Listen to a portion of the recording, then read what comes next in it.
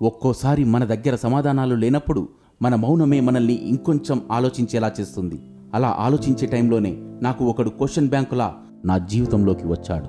నాకు మొదటిసారి ఓటు హక్కు వచ్చినప్పుడు నేను ఎంత సంబరపడ్డానో, కానీ దాని విలువ తెలియక అప్పుడు సరైన నాయకుణ్ణి ఎన్నుకోలేదు. అందుకే అప్పుడే నిర్ణయించుకున్నా, వచ్చే ఎలక్షన్లో నేను సర్పంచ్గా నిలబడి నా ఊరును మంచి అభివృద్ధి మార్గంలో తీసుకెళ్లాలి అని. నా 20 సంవత్సరాల కల ఒక 25 సంవత్సరాల కుర్రాడు గెలిపించాడు. వాడి మాట నమ్మిన ఈ జనం గెలిపించారు.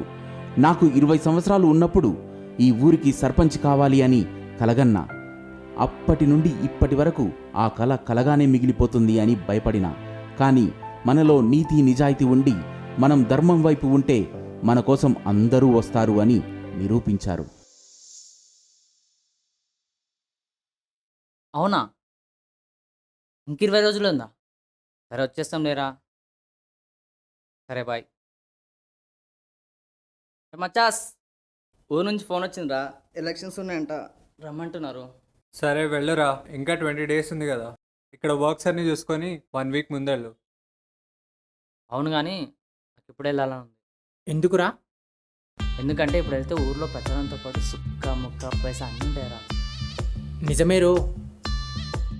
అంటే వాడికి ఆశపడిపోతా అంటున్నావారా?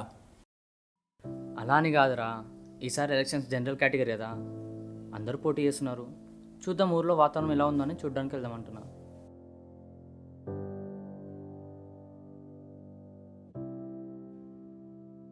ఇద్దరు ఊరెళ్తున్నారా? వెళ్ళాలి కదరా.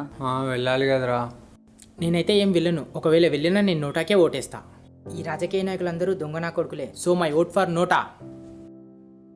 అయితే నోటాకి వేసని వెళ్ళనంటావా? అవునరా. అలా అంటే ఎలా రా? ఊరెళ్ళి ఈసారి ఎలక్షన్స్కి అందరితో కలిసి ఒక మంచోని కోటారు కదా. ఏమోరా, నేను వెళ్ళను. నా ఒక్క ఓటే కదా, ఏముందిలే. మా ఇంట్లో వాళ్ళందరూ ఓటేస్తారు. నేను వేయకపోయినా ఏం పర్వాలేదు. అరే రవి, నా ఒక్క ఓటుతో ఏముందిలే అంటే ఎలారా? ఏమో, నీ ఒక్క ఓటుతోనే ఒక మంచి నాయకుడు ఓడిపోయే అవకాశం ఉందేమో. ఏమో, నీ ఒక్క ఓటుతోటే అభివృద్ధిపై అవగాహన లేని నాయకుడికి అవకాశం ఇచ్చిన వాళ్ళం అవుతాను. నా ఒక్క ఓటే కదా అని ఎప్పుడు అనుకోకండి. ఆ ఒక్క ఓటు తేడాతోనే ఒక మంచి వ్యక్తిని గెలిపించుకొని మీ ఊరిని అభివృద్ధి చేయించుకోవచ్చు, మీ ఊరిని అభివృద్ధి మార్గంలో నడిపించుకోవచ్చు అని మర్చిపోకండి. నేను ఓటు వేయను అన్నందుకు ఇంత జరుగుతుందా? ఓటు వేయడం ముఖ్యం మచ్చా. నువ్వు ఓటు వేయడంలో, ఒక మంచి నాయకుడిని ఎన్నుకోవడంలో నువ్వు ఓడిపోతే నువ్వు వేసిన ఓటుకి విలువ లేదు. ఈ 5 years ఒక ఫెయిల్యూర్లా మిగిలిపోతావు. అందుకే ఈసారి ఊరెళ్ళి ఎలక్షన్స్ దగ్గరుండి చూసి ఒక మంచి నాయకుడిని ఎన్నుకోమచ్చా. సరే మచ్చా, నేను కూడా ఊరెళ్తా.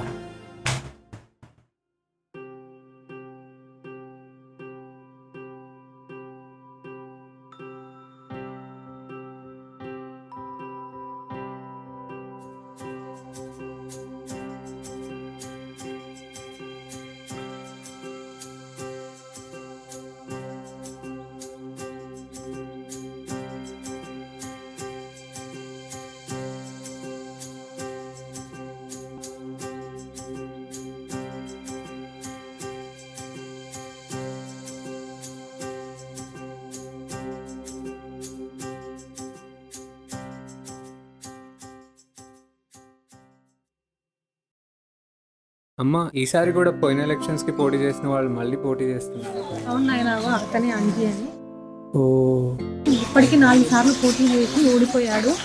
ఈసారి కూడా మళ్ళీ పోటీ చేస్తున్నాడు. ఈసారి అన్న గెలిస్తే బాగుంది. అమ్మ, ఓటు అనేది సింపతికి వేసేది కాదు, మన అభివృద్ధి కోసం వేసేది. మనం ఓటు వేస్తే మనకు డెవలప్మెంట్ ఉందా, పైనుంచి వచ్చే సదుపాయాలు మన వరకు చేరుతాయి అని ఆలోచించి వేయాలి. మనోడు కదా, మనకు తెలిసినోడు కదా అని ఓటు వేయద్దు ఎప్పుడు. ఏమో అవన్నీ నాకేం తెలియదు. ఈసారి అయితే మంచి ఓటేసి గెలిపించాను.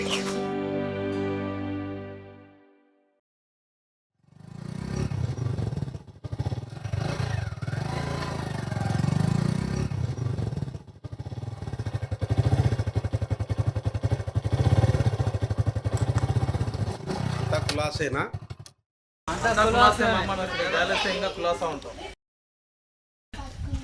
మీరు బాగున్నారా? మీరు దయదలిస్తే ఇంకా బాగుంటా. అంజి మామ అద్దల పార్టీ వాళ్ళు మందు డబ్బు వంచుతున్నారు, మీ పార్టీలో ఏం కనిపించట్లేదు. అలా అయితే ఎలా గెలుస్తారు మామ? నేను కూడా ఇస్తా, కానీ రాజకీయం అనేది ఓటుకు నోటు ఇచ్చి చేసుకునేది కాదు. అలాగని డబ్బు వంచి గెలిచే గెలుపుకు అసలు విలువే లేదు. నా పై నమ్మకంతో ఓటు వేయండి. నువ్వు ఎన్నైనా చెప్పు అంజి మామ, ఇక్కడ డబ్బులు పంచినోడే గెలుస్తాడు. నీతిగా మాట్లాడినోడు గెలిచినట్టు ఇప్పటి వరకు మేము ఎప్పుడు చూడలే. సరే, మీ మాటే అనుకున్నా.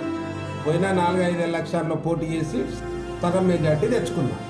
ఇప్పుడు కూడా గెలిచినా గెలవకపోయినా నేను నాలాగానే ఉంటాను. నా పైన నమ్మకంతో ఓటు వేయండి. సరే, మీరు అన్నట్లే మందు డబ్బు నేను కూడా వంచుతాను, కానీ నేను గెలిచిన తర్వాత ఊరు అభివృద్ధి మర్చిపోండి. ఎందుకంటే మీ పైన పెట్టిన ప్రతి పైసా నేను సంపాదించుకోవాలి. నా మాటలు అన్నీ విన్న చిన్నాకి నాపై నమ్మకం వచ్చింది. ఈసారి సరైన నాయకుణ్ణి ఎన్నుకోబోతున్నా అనే నమ్మకం వచ్చింది. అందుకే చిన్న ఆ రోజు నాకు సపోర్ట్ చేశాడు.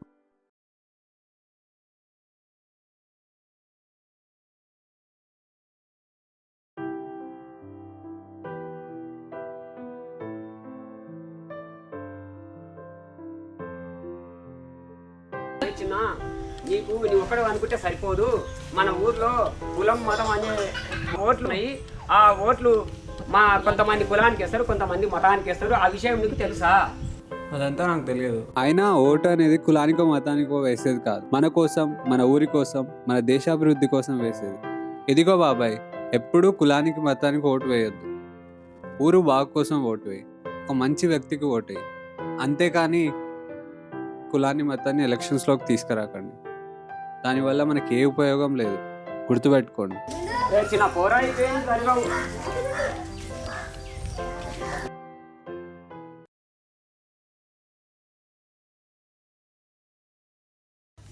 ప్రచారంలో అందరు ఇలాగే చెప్తారు, కానీ గెలిచిన తర్వాత అందరు జేబు నింపుకునే వాళ్ళు కదా. నేను చెప్పేది ఏంటంటే, మీరు నన్ను నమ్మి ఓటు వేయండి. మన ఊరిని అభివృద్ధి చేసుకుందాం. మీ ఓటును నాకు నిజాయితీతో వేయండి.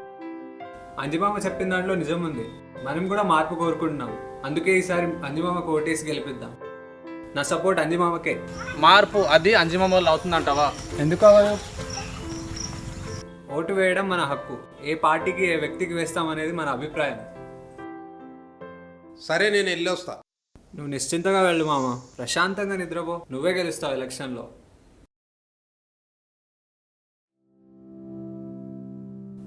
అంజి మామ, కంగ్రాచులేషన్స్.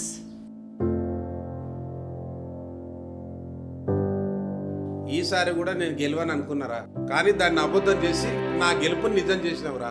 అంతా నీ వల్లనే. ఏ ఊకో మామ, నువ్వు మర్చిపోయినట్లున్నావు.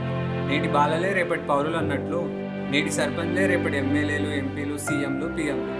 నువ్వు ఈ ఊరిని అభివృద్ధి చేయడంలో చూసుకో. జనాలు వాళ్ళే నేను ముందుకు తీసుకెళ్తారు. సరేరా, నేను హైదరాబాద్ వెళ్తున్నా మామ, అది చెప్పిపోదామని వచ్చాను. సరే పా, ఆడదాకా వస్తా.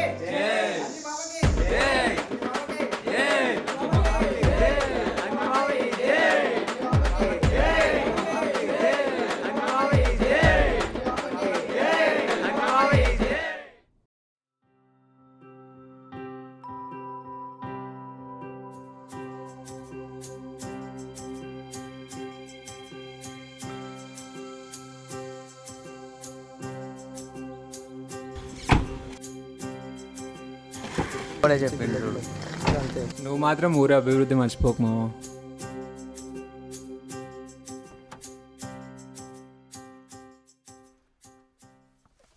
నా దృష్టిలో ఓటు అంటే కులానికి మతానికి సంబంధించింది కాదు. మన కోసం, మన అభివృద్ధి కోసం వేసేదే ఓటు. నువ్వు సరైన నాయకుడిని ఎన్నుకుంటే నీ ఊరు, నీ రాష్ట్రం సరైన మార్గంలో నడుస్తుంది. గుర్తుపెట్టుకో, నీ ఓటు ఇప్పటి కోసం కాదు, రేపటి కోసం. నీలాంటి యువతే రాజకీయంలోకి వస్తే ఈ ఊరు, ఈ రాష్ట్రం, మన దేశం బాగుపడుతుంది. కానీ ఏం చేస్తాం, రాజకీయం అంటే ఇప్పటి యువత అది ఒక బురద రాజకీయం అని దూరంగా ఉంటున్నారు. నీలాంటి వాళ్ళు వస్తేనే రాజకీయంలో మంచి మార్పు వస్తుంది.